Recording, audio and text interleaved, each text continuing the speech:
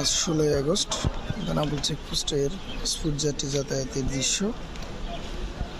প্রথম সকালে দেখছেন আজকের বেনাপোল চেকপোস্টে কি পরিমাণ পাসপোর্ট যাত্রী দেখছেন।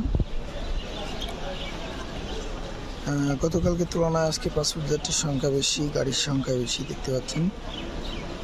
সামনে এনআর এবং বিরেল লাইন সহ পরিবহন কিন্তু আজকে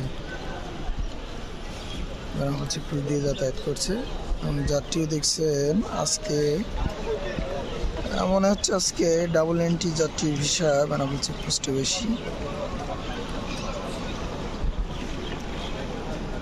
দেখতে পাচ্ছেন। ডাবল এন্ট্রি এবং স্টুডেন্ট যাত্রী আজকে বেশি যাতায়াত করছে দেখতে পাচ্ছেন।